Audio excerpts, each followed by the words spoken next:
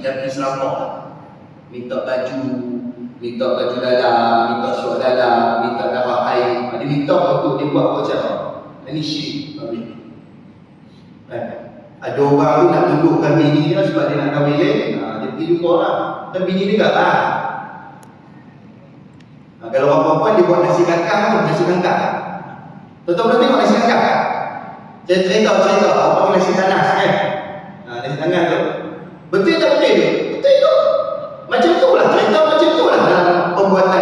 Tapi jangan buat lah. Cerita tu. Nak kena kangkang, nak kena pukul 3 pagi, dia tak boleh pukul 10 malam tu dia. Kau 10 malam dia tinggal, dia kena 3 pagi. Bila kena kat lelaki pula semayang muda. Dia nak kahwin lain ya, kena tu bodoh tu ya. Orang lelaki pula, dia ada ilmu penduduk. Ilmu penduduk ni minta pada siapa? Dia tak belajar. Dia minta kepada orang yang belajar. Bagi pada dia, supaya bila dia pergi ke office, orang tak berani dengan dia. Betul? Saya pernah jumpa seorang, dia kerja tentera. Cerita banyak cerita tentera. Dia dekat Ceras, saya kuliah kat Ceras. Habis kuliah, saya nak pergi kat rektor saya tu, dia datang, dia pencen lah tentera. Dia kata, Ustaz, saya ada ambil satu ilmu Ustaz. Saya baca Ustaz, hambui ke orang tu tak berani ngomong. Jadi macam lemah. Orang tu nak ngomong, dia baca ayat tu, dia hambui, menyebabkan orang tu dia tak nak ngomong. Jadi Jadi tadi Ustaz kata ilmu penduduk ni macam kita ada sama. Saya kata abang ambil mana? Ada orang bagi Ustaz, siapa dia? Ada orang Ustaz, ada banyak sangat ni penduduk dia. Ada. Tak apalah, abang baca je lah. Tak ingat Ustaz, ni baru penduduk dia. Hang duduk dalam tentera, hang duduk amal jejak ni dia baca. Takkan hang tak ingat langsung? Possible. Ni tak kena siapa ni, kena siapa ni. Lepas tu tekan-tekan dia cerita. Dia pun taklah baca sikit-sikit ni. Bila bacaan dia baca tu, tak ada pun dalam hati, tak ada pun benda-benda dalam Quran. Maknanya jampi tu dalam bahasa Jawa, jampi tu dalam bahasa nak bunyi pelik-pelik ni. Ni maknanya jampi selampau ni. Dibaca dia yakin, dihanguskan kepada orang, menyebabkan orang tu tak berani. Sebab tu kita tengok kadang-kadang ada orang tu kan, dalam bisnes kan. Orang nak lawan dia tak boleh. Jadi lemah. Bila kita keluar dari bilik tu, tak jumpa dia, kita okey. Masuk ya. Hangus saja. Okey. Itu nama dia ilmu penduduk.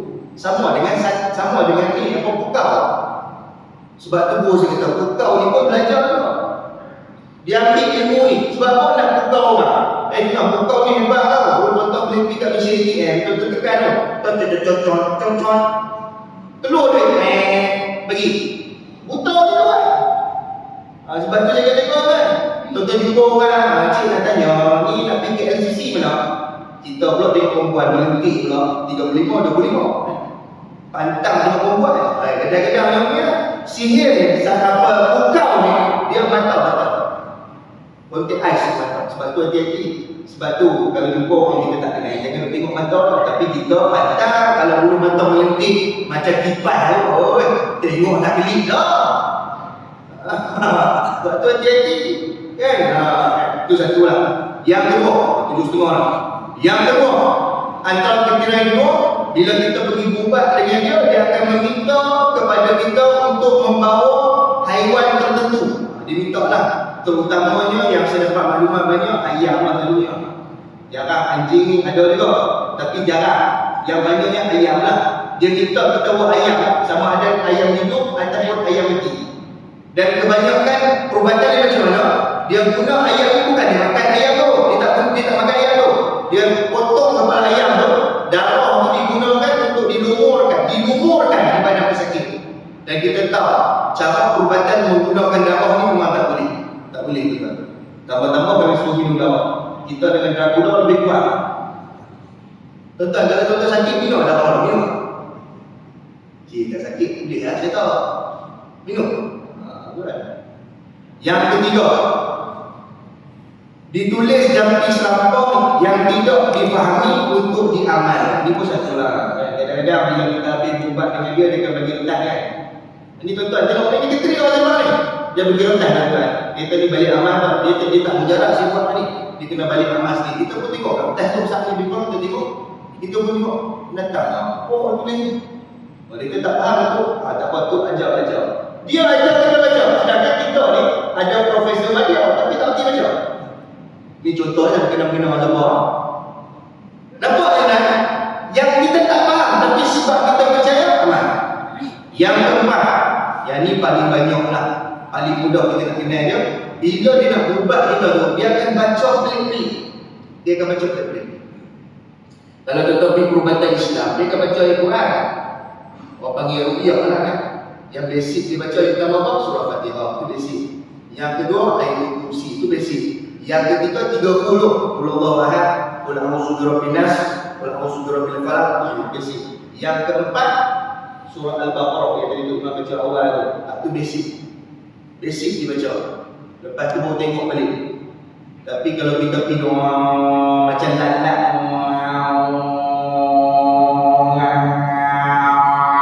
ngarut tu kan. Ngarut. Cerita apa? Nasi goreng itu. Kalau datang tu ngarut. Ni dah habis ubat nak pergi balik ke? Toko Muhammad. Tak Muhammad nak kira duit. Cerita. Jadi tuan. Tu penyamung ni tu. Penyamung. Baik, yang kelima, ni pun banyak. Bila kita ubat dengan dia, dia akan bagi kat kita satu apa disebut sebagai pendingin ataupun tangkai. Baik, tangkai ni tuan, saya dah sebut. Boleh tak kita pakai tangkai? Boleh tak kita pakai tangkai? Sama ada di sini ataupun di kaki. Ada orang pakai sini. Pakai sini nampak kan? Semayang nampak. Dia pakai sini tak nampak. Sebab tak banyak. Dia kat sini. Tangkap dia besar. Semayang Allah tu dia ada. Benar. Sebab tu orang yang pakai tangkai ni selagi mana dia tak betul. Semayang dia Allah tak terima, amalan dia tertolong. Jadi kita kadang-kadang pergi cukur jambu dulu kan. Kadang-kadang sudah berhati kok. Budak-budak kecil ni. Orang tua kita ni cerdik kita. Jadi dia nak diikat kat tangan anak dia tu. Betul pasal tadi. Tadi hitam kan? Tanya apa lagi? Tapi nak tanya juga lah. Tadi ni, nak tanya sikit dah. Ni sebelum saya buat wawancara ni, nak buat apa ni, saya nak tanya sikit ni. Kat tangan anak ni tak apa. Tadi hitam tu, tadi kecil lah. Apa hitam? Tadi apa ni saya kata? Pada kita ni ada orang tua tu bagi Ustaz. Pakai ni tak kena gangguan orang lah. Percaya pada tadi. Syirik ke tak? Boleh saya potong? Boleh tak? Ya Ustaz, potong lagi jim kan? Eloklah hang jim tembak. Bila kita cakap orang Allah kan, tu pergi haji tu. Tak tahu lah tuan. Baik, yang keenam. Ahli sihir meminta kepada pesakit jangan menyentuh air 40 hari. Ini orang pakai susuk kan? Susuk kan? Susuk. Nak pakai apa susuk? 40-44 jauh. Sini dia cucuk tak sini, dia cucuk tak sini, dia cucuk tak sini. Dia ada susuk perlian, susuk emas, benda-benda tu kan. Baik, yang ketujuh, ahli sihir bercakap dengan jin dia. Ini pun adalah tadi saya tahu, dia bercakap dengan hadapnya. Yang ke-8, ada kalanya homo atau jin atau gambar perubatan ini boleh menceritakan masalah pesakit, nama pesakit, tempat tinggal pesakit, seolah-olah dia mengetahui segalanya. Ini pun satu lah. Kalau tuan-tuan tengok ada yang hebat dia tuan, tuan-tuan pergi ubat dengan dia kan, dia boleh tegur nama tu. Haji Mat bin Haji Bakar kan. Duduk dekat apartmen gombok tu kan. Tingkat 23 kan. Kan? Boleh kan? Pintu pagar warna hitam dia. Sudah kan. Kereta loblik bla bla bla. Bini nama ni boleh. Tuan hebat ke bomoh ni.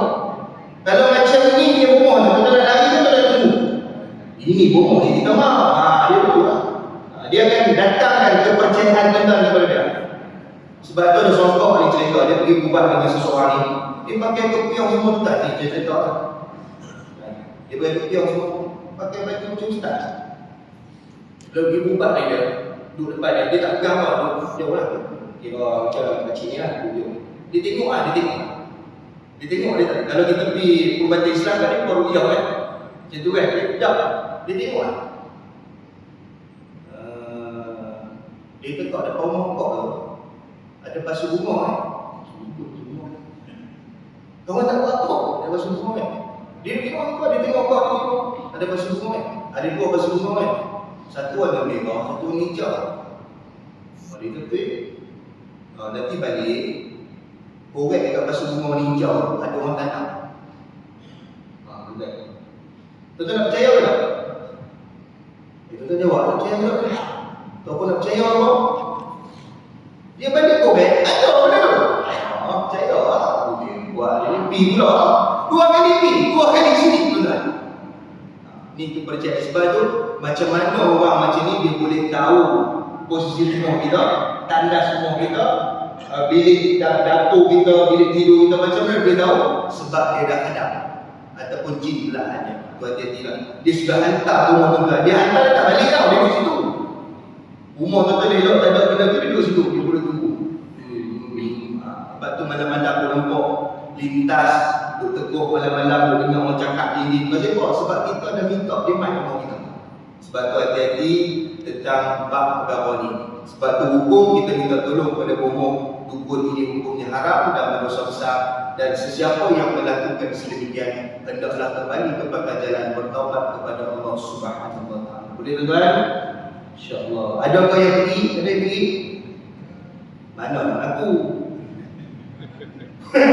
Siapa yang ada nak aku? Dah lagi saja try lah. Dia tak nak aku.